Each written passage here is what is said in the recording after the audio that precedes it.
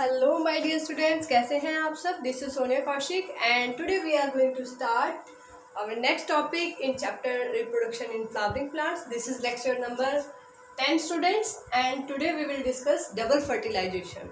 Very important topic. This topic is important for 5 marks in your boards. Very important, and this topic is also important for NEET. So let's start today's topic. Start करें students. तो double fertilisation students, मैंने आपको बताया था इस chapter में कि flower is the reproductive part of plant. Flower क्या है? रिप्रोडक्टिव पार्ट है प्लांट का. अब उसमें मेल और फीमेल ऑर्गन सेम फ्लावर के अंदर भी हो सकते हैं और different flower, means male and female flowers may be different and the sex organs may be present in same flower. ठीक है. फिर हमने किया पॉलिनेशन में हमने किया कि how the transfer of pollen grains occurs from anther to stigma. हमने एजेंसीज की, डिफरेंट एजेंसीज की, वो एयर के थ्रू गया, वाटर के थ्रू, एनिमल, इंसेक्ट्स, कैसे वो गया, फिर हमने वो किया. अब फाइनली फिर pollen pistil इंट्रैक्शन हम लोगों ने किया. अब फाइनली फीमेल रिप्रोडक्टिव पार्ट पर pollen grain जो है लैंड कर चुका है. तो अब क्या होगा देखिए student, very important. This diagram is also important. अगर ये क्वेश्चन आता है 5 मार्क्स में, so you have to make this diagram also. Okay, और आप इस डायग्राम से फैमिलियर हो गए होंगे, हमने कई बार ये डायग्राम कर लिया. This is stigma, this is style, and last one this is ovary, and all this is called as pistil. क्या कहते हैं स्टूडेंट हम इसको? पिस्टिल. और क्या कहते हैं? कार्पल. ऑलराइट, ये सभी आपको क्लियर है.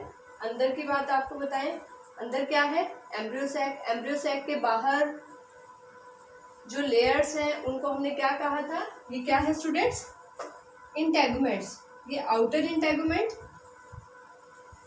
Outer integument, and this one अंदर की साइड जो है इसको क्या कहेंगे हम? Inner integument. Integument means covering that covers the embryo. Integument. Alright, उसके बाद बात करते हैं स्टूडेंट, ये जो रीजन आपको दिख रहा है एम्ब्रियो सैक और इनर इंटेगुमेंट के बीच में, दिस पार्ट इज कॉल्ड न्यूसिलस. इसको क्या कहते हैं? न्यूसिलस. न्यूक्लियस नहीं, न्यूसिलस. इंपॉर्टेंट है. अंदर की बात मैंने आपको बताया था, अंदर एम्ब्रियो सैक में 3 सेल्स अपर साइड में प्रेजेंट होंगी स्टूडेंट्स. एक सेल बीच में होगी जिसको सेंट्रल सेल बोलते हैं. 2 nuclei are there and 3 cells will be present in the base, और 3 सेल्स नीचे होंगी. ठीक है. इधर इस तरीके का स्ट्रक्चर आपने देखा था जिसको फिलीफॉर्म एपरेटस बोलते हैं. मैंने आपको बताया था upper 3 cells are called antipodal cells. क्या बोलते हैं? Antipodal cells. And I have also told you that the end at which antipodal cells are present, उस एंड को क्या कहेंगे? Chalazal end. Chalazal end. Alright, आते हैं नीचे के पार्ट पर. इसे हम कहेंगे, या तो कहें पोलर न्यूक्लियाई, और क्या कह सकते हैं इसको? Central cell. नीचे जो 2 सेल मैंने आपको बताई थी, ये पूरा एग एपरेटस है स्टूडेंट्स. लास्ट लेक्चर में मैंने आपको बताया था जहां साइड वाले दोनों सेल्स को हम क्या कहते हैं? Synergids. And the central cell is called egg cell. Central cell को क्या कहते हैं? Egg cell. Very important. इस पार्ट को समझना बहुत ही जरूरी है स्टूडेंट्स. और मैंने आपको बताया था मैच्योर एम्ब्रियो सैक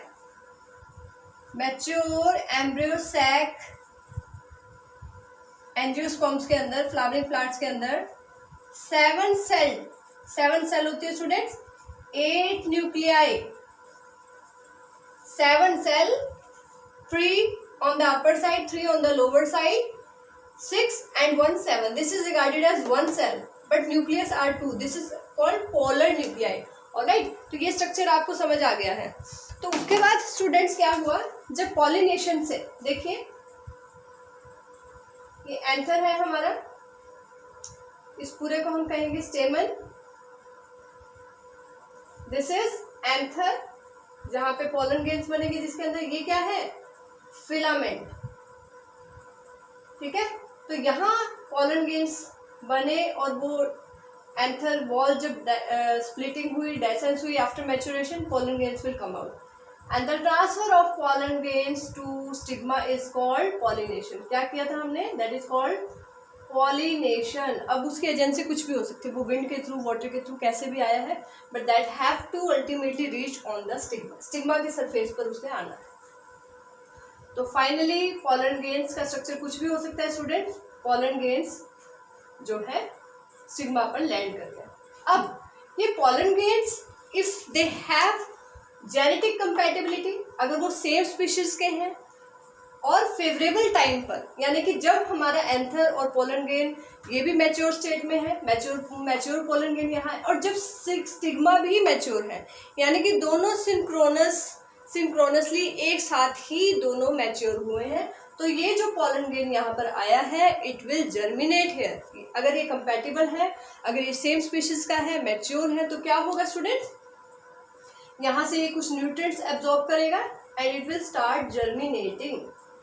ठीक है, ये यहाँ से क्या जर्मिनेट करेगा, हो सकता है कि पोलन ट्यूब, देखिए it have to touch the surface of stigma, stigma के सरफेस पे आएगा तभी, तो हो सकता है कुछ पोलन ग्रेन्स की पोलन ट्यूब थोड़ा कम जर्मिनेट हो, कुछ की, तो कुछ कोई एक पोलन ग्रेन ऐसा होगा जिसकी पोलन ट्यूब अच्छे से जर्मिनेट होगी एंड दैट पोलन ट्यूब कहाँ से जर्मिनेट होगी स्टूडेंट्स, ये pollen tube germ pore from, important question for NEET, pollen tube कहाँ से जर्मिनेट होती है, from germ pore, germ pore से ये जर्मिनेट होती है स्टूडेंट, जर्म पोर जहाँ पे स्पोरोपोलिनिन एब्सेंट होता है, स्पोरोपोलिनिन क्या होगा यहाँ पे, एब्सेंट, क्योंकि वो रेजिस्टेंट स्ट्रक्चर है एग्जाइम का, तो जहां पर ये एब्सेंट होगा वहीं से ट्यूब बनेगी, इसीलिए हम पोलन ग्रेन को ट्यूब सेल भी कहते हैं students, because it forms tube. तो आप देखिए पोलन ट्यूब जर्मिनेट होगी। अब आपको पता है मेल एंड फीमेल गैमेट का फ्यूजन होना है स्टूडेंट, तो पोलन ट्यूब कहाँ एंटर करेगी, पोलन ट्यूब कहाँ एंटर कर रही है, it will enter inside the egg apparatus, egg apparatus में एंटर करेगी, और ये जो फिलीफॉर्म एपरेटस है, फिलीफॉर्म एपरेटस, ये जो आप स्ट्रक्चर ऐसे देख रहे हैं, filiform apparatus, filiform apparatus, it helps to guide the entry और पोलन ट्यूब को एंट्री करने में हेल्प करेगी। ठीक है, और ये एग एपरेटस किस एंड पे प्रेजेंट है, जैसे ऊपर के एंड को हमने चैलेजल एंड कहा, तो ये नीचे के एंड को क्या कहेंगे students, this is called which and, कर चुके हैं हम लोग, माइक्रोपाइलर एंड, इस एंड को हम कहेंगे माइक्रोपाइलर एंड। ऑलराइट, तो देखिए पोलन ट्यूब जो है एग सेल के पास पहुंच गई है, ये जो हमारे पास पोलन ट्यूब जर्मिनेट हुई है, इट हैव 2 मेल गैमेट्स, कितने मेल गैमेट है students, very very important, 2 male gametes, pollen tube के अंदर कितने मेल गैमेट्स हैं, अब ये 2 मेल गैमेट्स कहाँ से आए, दोबारा आपको रिकॉल करा देते हैं। ज्यादातर pollen grain I have told you they are shed, they generally shed at 2 cell stage पे शेड होते हैं स्टूडेंट्स। ये वेजिटेटिव सेल है, ये जनरेटिव सेल है, वेजिटेटिव सेल, और ये कौन सी सेल है, जनरेटिव सेल। ये नीचे वाली सेल अगेन इसमें डिवीजन होगा, जनरेटिव सेल, और ये 2 न्यूक्लियस बन जाएंगे। ये 2 न्यूक्लियस किसका काम करेंगे, 2 न्यूक्लियस किसका काम करेंगे स्टूडेंट्स, मेल गैमेट्स का। सो जब पोलन ग्रेन से यहाँ पोलन ट्यूब बनेगी तो इट कैरीज 2 मेल गैमेट। अब आप आगे रिएक्शन देखेंगे। अब you all know that fertilisation क्या होता है, fertilisation it is a process of fusion of male and female gamete, male और फीमेल गैमेट के फ्यूजन को क्या कहा जाता है स्टूडेंट्स, फर्टिलाइजेशन। डबल फर्टिलाइजेशन, यानी कि यहाँ पर 2 बार फ्यूजन हो रहा है गैमेट्स का, 2 बार फ्यूजन हो रहा है। So let's see the key process, that is very very important, key concept है स्टूडेंट्स आज का, वेरी वेरी इंपॉर्टेंट। देखिए first male gamete fuses with, पहला मेल गैमेट किसके साथ फ्यूज होगा? Egg cell. एग सेल ही तो हमारा गैमेट है, फीमेल गैमेट यहाँ एग सेल है। फर्स्ट मेल गैमेट जो पॉलन ग्रेन के अंदर है, पॉलन ट्यूब से अंदर एंटर कर रहा है, दिस इज चैलेंजल एंड, ठीक है। First male gamete fuses with egg cell, किसके साथ फ्यूज करेगा? ये फर्स्ट रिएक्शन है student, very very important, egg cell. और यानी कि ये मेल गैमेट है और ये फीमेल गैमेट क्या बन गया? जाइगोट। क्या बन गया? जाइगोट। इसका नेचर क्या था? इसमें हाफ नंबर ऑफ क्रोमोसोम है, हैप्लॉइड है। एग के अंदर भी हाफ नंबर ऑफ, हमेशा गैमेट्स, चाहे वो मेल गैमेट है चाहे वो फीमेल गैमेट है, एनिमल्स में है, प्लांट्स में, they are generally haploid in nature. तो एन एंड एन, तो जाइगोट का नेचर कैसा हो गया? 2n, यानी कि डिप्लॉइड। जाइगोट कैसा है? डिप्लॉइड। ये क्वेश्चंस आते हैं स्टूडेंट्स, एक्सेल की हैप्लॉइडी क्या है? तो ये हैप्लॉइड है। प्लॉइडी क्या है? तो ये हैप्लॉइड है। Male gamete is also haploid and zygote is diploid, ठीक है स्टूडेंट्स। और क्योंकि यहाँ फ्यूजन हो रहा है मेल एंड फीमेल गैमेट का, इसलिए इस रिएक्शन को हम ट्रू फर्टिलाइजेशन कहेंगे। ट्रू फर्टिलाइजेशन कहेंगे। और इस प्रोसेस को, this process is also called syngamy. Very very important, ये 1 मार्क्स में डेफिनेशन आती है students. Define syngamy. So syngamy क्या है? It is a fusion of male and female gamete. Male and female gamete के फ्यूजन को क्या कहते हैं? सिनगैमी, ठीक है। तो this is the first fertilisation, true fertilisation. लेकिन यहाँ बात हुई है डबल फर्टिलाइजेशन। तो फर्स्ट मेल गैमेट फ्यूज हो गया, सेकंड मेल गैमेट का क्या होगा? देखिए स्टूडेंट, सेकंड रिएक्शन देखिए ध्यान से। सेकंड मेल गैमेट, ये रिएक्शंस बड़ी इंपॉर्टेंट है। अगर आपको ये रिएक्शन लर्न है, so you can write that in words. आप इसको वर्ड्स के फॉर्म में इसको लिख सकते हैं और इस तरीके से फ्लो चार्ट के फॉर्म में बना सकते हैं। अगर ये फ्लो चार्ट है और ये है, you will definitely get full marks. तो second male gamete fuses with polar nuclei. This is also called secondary polar nuclei. So what will happen? Second male gamete fuses with secondary polar nuclei. All right. यहाँ से इसका ploidy nature क्या है? n. इसका ploidy nature क्या है students? n. All right. So it will form, इसका क्या है? 2n. 2 न्यूक्लियाई है स्टूडेंट्स यहाँ पे। इसका नेचर कैसा है? 2n। Very very important. So polar nuclei 2n nature का है, डिप्लॉइड, एंड मेल गैमेट हमेशा हैप्लॉइड होता है। So what will it form? It form PEN। क्या बन जाएगा यहाँ से? PEN, जिसका नेचर होगा 3n, यानी कि ट्रिप्लॉइड नेचर का होगा। PEN क्या है students? Primary endosperm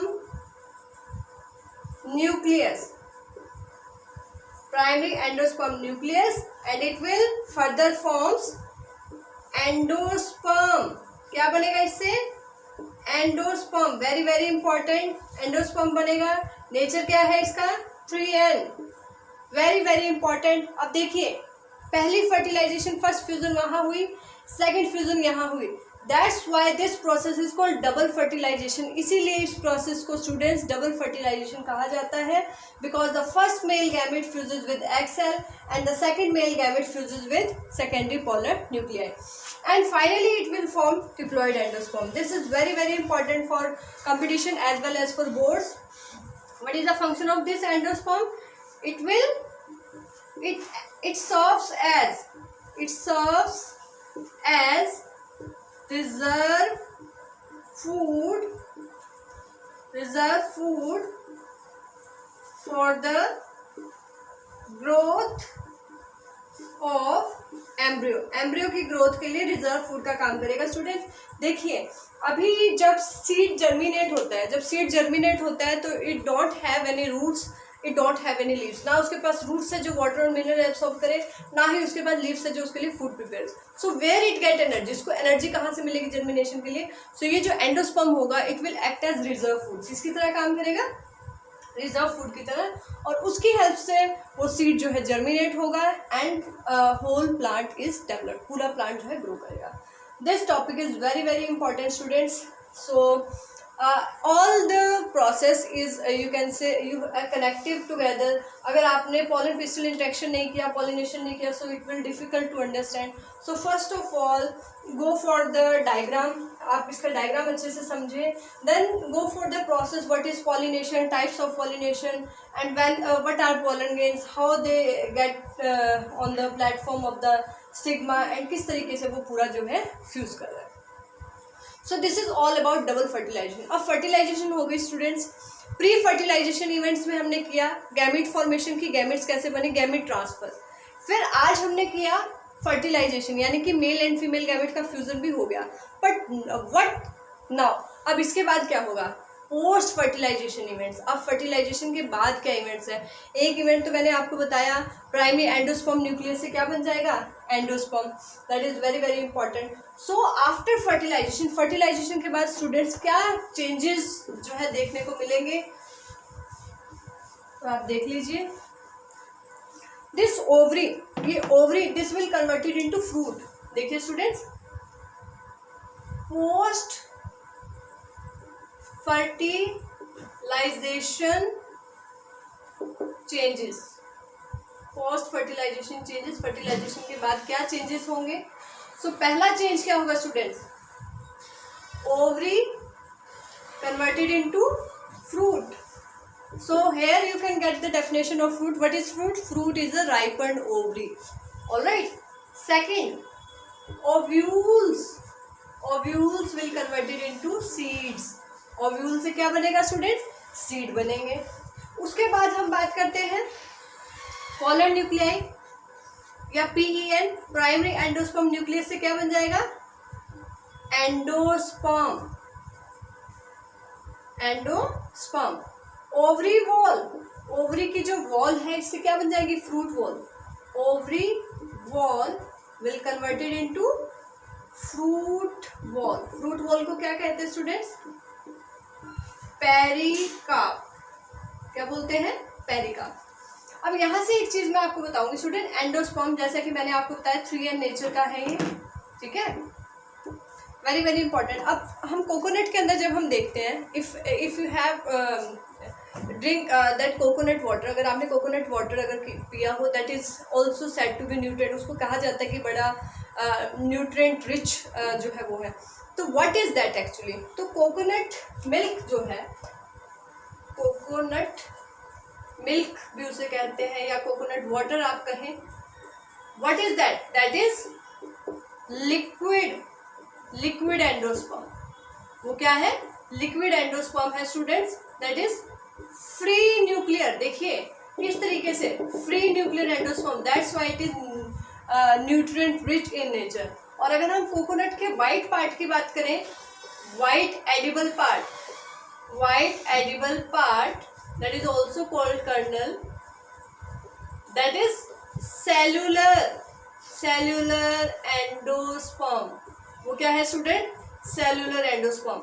and the liquid present that is liquid endosperm that have free nuclei inside. All right, so this endosperm is very very important for the complete development or germination of a seed.